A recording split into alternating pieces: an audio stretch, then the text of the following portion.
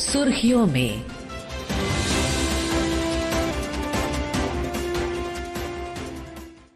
ये आकाशवाणी है। प्रस्तुत है कार्यक्रम सुर्खियों में। राष्ट्रीय अंतरिक्ष दिवस के अवसर पर सुनिए अंतरिक्ष में भारत की उपलब्धियों पर विशेष प्रस्तुति।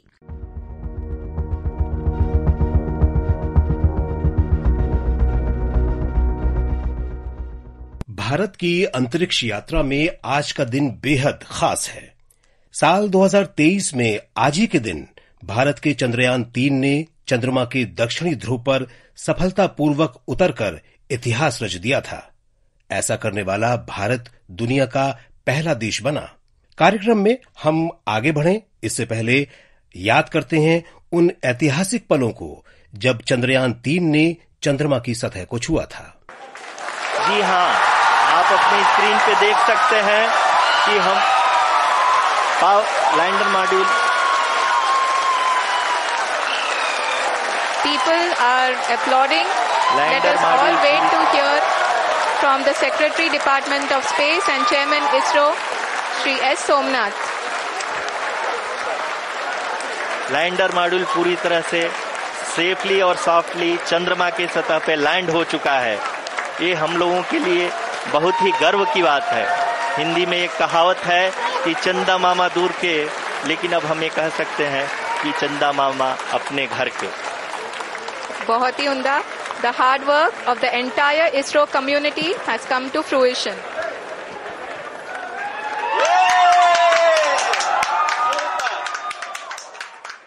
प्रधानमंत्री नरेंद्र मोदी ने इस अवसर पर देशवासियों को संबोधित किया। हमने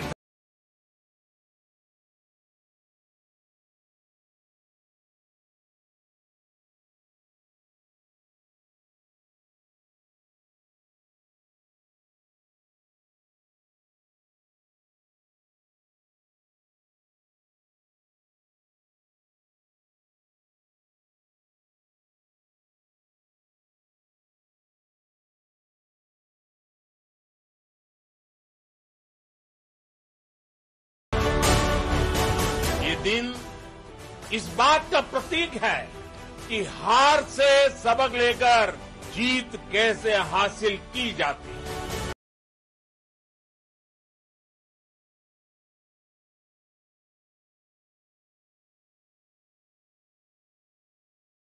की सफलता के बाद भारत ने इस साल अंतरिक्ष में एक और ऊंचाई को छुआ जब ग्रुप कैप्टन शुभांशु शुक्ला अंतर्राष्ट्रीय अंतरिक्ष स्टेशन पर जाने वाले पहले भारतीय बने। अंतरिक्ष स्टेशन से ग्रुप कैप्टन शुभांशु शुक्ला ने प्रधानमंत्री नरेंद्र मोदी से बात की। आइए सुनते हैं इस बातचीत के चुनिंदा अंश। परिक्रमा करना भारत की सदियों पुरानी परंपरा है। आपको तो पृथ्वी माता की परिक्रमा का सौभाग्य मिला है। अभी आप पृथ्वी के किस भाग के ऊपर से गुजर रहे होंगे?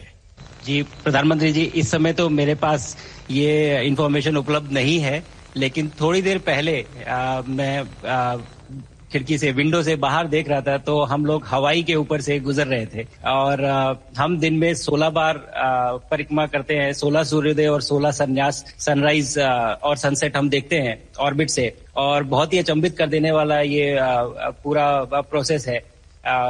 इस परिक्रमा में इस तेज गति में जिस हम इस समय करीब 28,000 किलोमीटर प्रति घंटे की रफ्तार से चल रहे हैं आपसे बात करते वक्त, और ये गति पता नहीं चलती क्योंकि हम तो अंदर हैं, लेकिन कहीं ना कहीं ये गति जरूर दिखाती है कि हमारा देश कितनी गति से आगे बढ़ रहा है इस समय, कि हम यहाँ पहुंचे हैं और अब यहाँ से और आगे जाना है। आप जो गाजर का हलवा ले गए हैं, क्या उससे अपने साथियों को खिलाया? जी प्रधानमंत्री जी, ये कुछ चीजें मैं अपने देश की खाने की लेके आया था, जैसे गाजर का हलवा, मूंग दाल का हलवा और आमरस।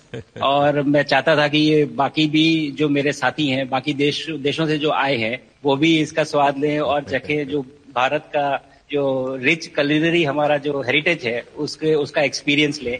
तो हम सभी ने बैठ के इसका स्वाद लिया साथ में और सबको बहुत पसंद आया। कुछ लोग हैं कि कब वो नीचे आएंगे और हमारे देश आए और इनका स्वाद ले सके हमारे साथ।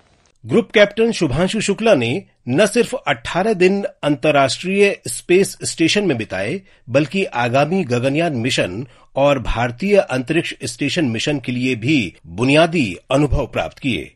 ग्रुप कैप्टन शुभांशु शुक्ला ने भी अपने इस विशेष अनुभव और आने वाले मिशन के लिए इससे होने वाले फायदों को लेकर अपनी बात रखी। आइए सुनते हैं क्या कहा ग्रुप कैप्टन शुभांशु शुक्ला ने। And when I was flying in the international space station around the earth, 16 times a day for about 18 days dog, you get to see the planet Earth from so many different angles and so many different views that you really feel that you get to know this entire planet. So I think this is very apt, the description that sir has given, down to earth, up in space. I got to know this planet much better by going and traveling to space, by seeing it from the outside. When we live here, we are in this room, we see a limited view of this thing. But when you see the earth as a whole, that's a very different perspective. So I think the farther you go, the perspective you get is how valuable this planet is for us. And it's a very strong feeling. You cannot really miss it. And I think that was the biggest takeaway for me. So this tagline for space is, I think, very apt. Down to earth, up in space. And I think space really has this transformational capability of transcending the borders and, unifying nature. And I'm very fortunate to have experienced it. दूसरे राष्ट्रीय अंतरिक्ष दिवस पर आज इसरो ने नई दिल्ली में एक कार्यक्रम का आयोजन किया। कार्यक्रम में प्रधानमंत्री नरेंद्र मोदी ने देशवासियों के नाम एक वीडियो संदेश में कहा कि भारत सेमी क्रायोजेनिक इंजन और इलेक्ट्रिक प्रोपल्शन जैसी उन्नत टेक्नोलॉजी के क्षेत्र में तेजी से आगे बढ़ रहा है और जल्द ही गगनयान मिशन की शुरुआत करेगा। प्रधानमंत्री ने कहा कि आने वाले समय में भारत अपना अंतरिक्ष स्टेशन बनाएगा। फ्रेंड्स, स्पेस सेक्टर में एक के बाद एक नए माइलस्टोन गणना, ये भारत और भारत के वैज्ञानिकों का स्वभाव बन गया है। 2 साल पहले ही भारत पहला ऐसा देश बना था जिसने चंद्रमा के साउथ पोल पर पहुंचने का इतिहास रचा। हम स्पेस में डॉकिंग, अनडॉकिंग की क्षमता रखने वाले दुनिया के चौथे देश भी बन गए हैं। अभी 3 दिन पहले ही मेरी ग्रुप कैप्टन शुभांशु शुक्ला से मुलाकात हुई है। उन्होंने इंटरनेशनल स्पेस स्टेशन पर तिरंगा फहराकर हर भारतीय को गर्व से भर दिया। जब वो तिरंगा मुझे दिखा रहे थे, वो जो पल थी, जो अनुभूति थी, वो शब्दों से परे है।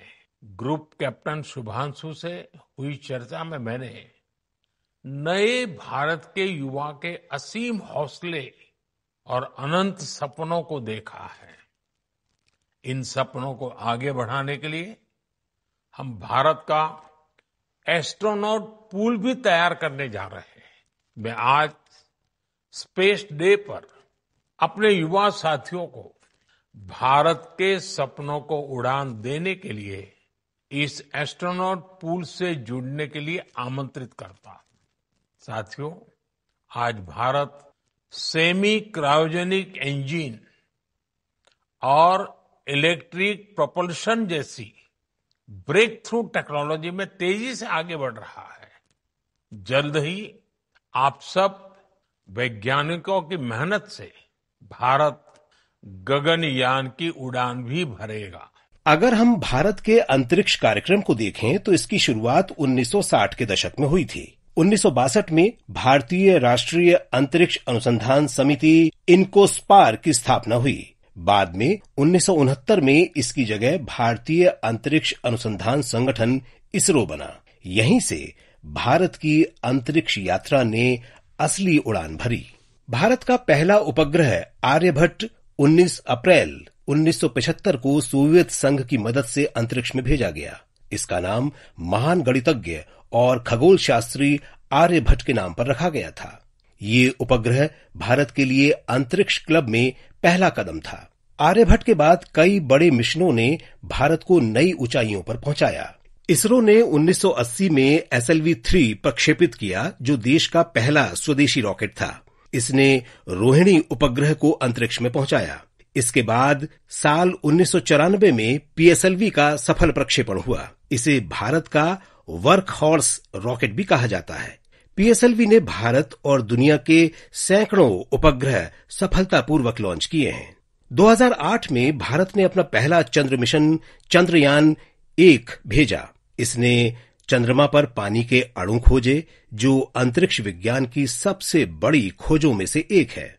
देश ने 2013 में अपना पहला मंगल मिशन मंगलयान भेजा। भारत एशिया का पहला और दुनिया का चौथा देश बना जिसने मंगल की कक्षा में प्रवेश किया। इस तरह इसरो ने दुनिया को दिखाया कि सीमित संसाधनों के बावजूद असीम ऊंचाइयां कैसे हासिल की जा सकती हैं। उपग्रह प्रक्षेपण, रिमोट सेंसिंग, संचार और मौसम पूर्वानुमान, इन सब में इसरो ने भारत को आत्मनिर्भर बनाया है। केवल वर्ष 2025 में ही इसरो ने कई बड़े मिशनों में सफलता पाई और नए भारत के संकल्प को बल दिया। इस वर्ष इसरो ने GSLV F-15 और निसार जैसी उपलब्धियां हासिल की। आज अंतरिक्ष विज्ञान के क्षेत्र में स्व उद्यमिता की एक नई लहर देखी जा सकती है। लगभग 300 से भी अधिक स्टार्टअप भारत के अंतरिक्ष अनुसंधान में अपना योगदान दे रहे हैं।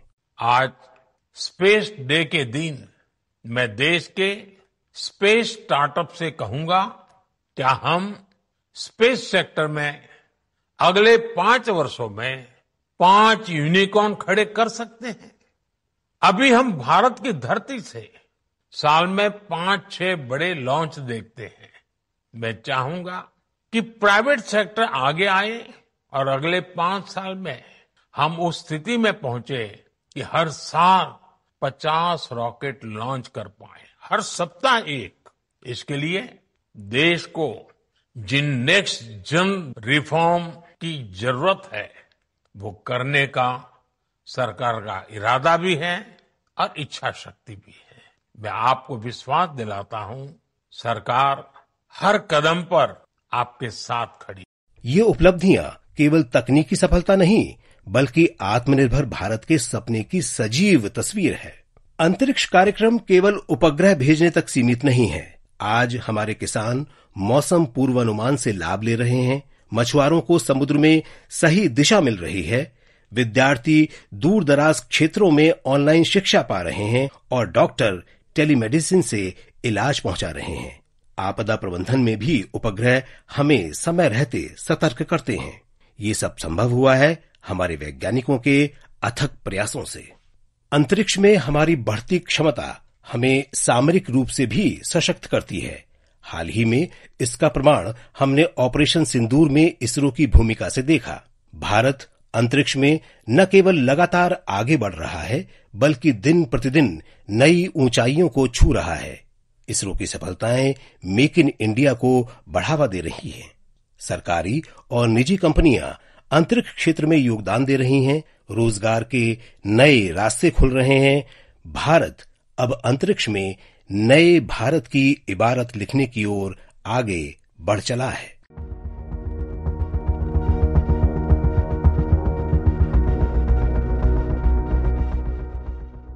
अभी आप सुन रहे थे राष्ट्रीय अंतरिक्ष दिवस के अवसर पर अंतरिक्ष में भारत की उपलब्धियों पर विशेष प्रस्तुति। यह कार्यक्रम आकाशवाणी के समाचार सेवा प्रभाग द्वारा प्रस्तुत किया गया। इसे आप हमारे mobile app news on AIR और YouTube channel news on AIR official पर भी सुन सकते हैं। इस कार्यक्रम के संबंध में अपनी प्रतिक्रिया आप हमें ईमेल या व्हाट्सएप के माध्यम से भेज सकते हैं। ईमेल का पता है airnsttalks@gmail.com। व्हाट्सएप नंबर है 9289094044।